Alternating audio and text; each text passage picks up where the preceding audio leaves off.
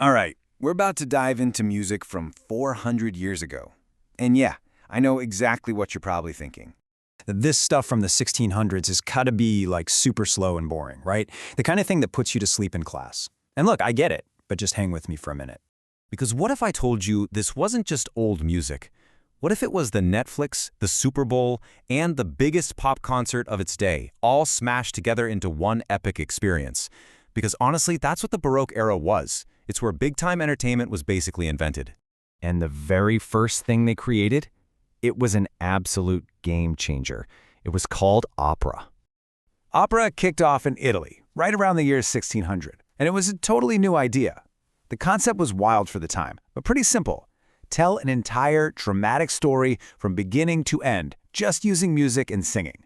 No talking, just non-stop musical action. And people went nuts for it. I mean, why wouldn't they? It had everything. You got incredible music, intense acting, and these massive jaw-dropping stage sets. And the stories, they were all about gods and heroes, kind of like the superhero blockbusters of their day. It got so huge that they started building these giant opera houses just for these shows, and it quickly became the hottest ticket in Europe. Okay, so you've got this massive show, but what about the tech running in the background? What was actually making the music?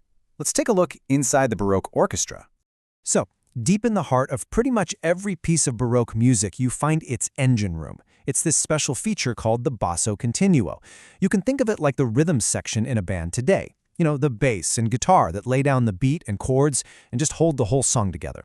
And this basso continuo was always a two-person job. You'd have one instrument, something like a cello, playing that low bass melody. Then you'd have another instrument, usually a harpsichord, filling in all the harmony in the chords. When you put them together, bam, you get this solid, continuous foundation that the rest of the orchestra could build on. It was literally the engine powering the whole sound. And you gotta remember, the instruments themselves sounded totally different back then. Violins didn't use metal strings. They used strings made from animal gut, which gave them this warmer, softer sound.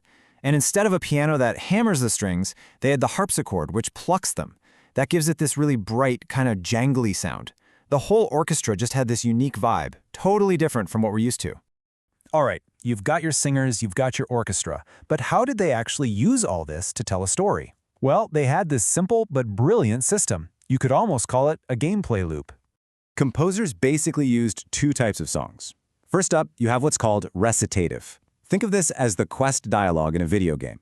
The music is really simple, and the singing is almost like talking.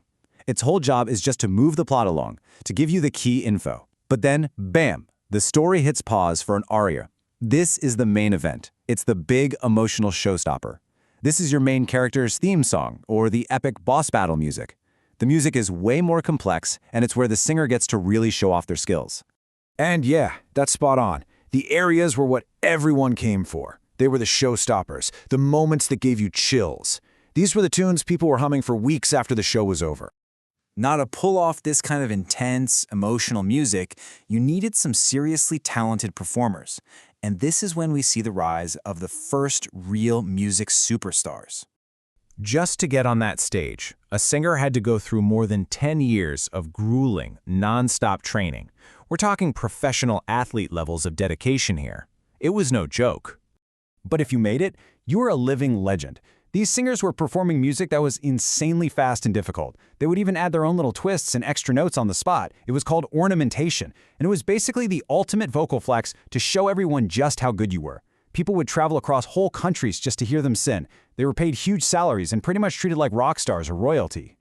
So, okay, this all happened a super long time ago. Why are we even talking about it? Well, because the ideas that came out of the Baroque era basically wrote the blueprint for all the entertainment we love today. You can draw a straight line. Around 1600, opera is invented, boom, story and song are mixed. By the mid-1600s, the orchestra is a standard thing, and yeah, tastes changed over time, but those core ideas, they never left. I mean, think about it. Using a big orchestra to make a story feel epic and emotional, that's every single movie soundtrack ever. That whole idea of stopping the action for a huge, show-stopping song to express a feeling, hello, that's every Broadway musical. So, if there's one thing to take away from all this, it's this. Baroque music wasn't just a bunch of old, complicated tunes. It was the invention of telling huge, epic stories with music, the moment we figured out how to do it. So I'll just leave you with this question. Is Baroque music really just old and stuffy? Or is it actually the original source code for every epic movie, every blockbuster video game, and every amazing musical you love today?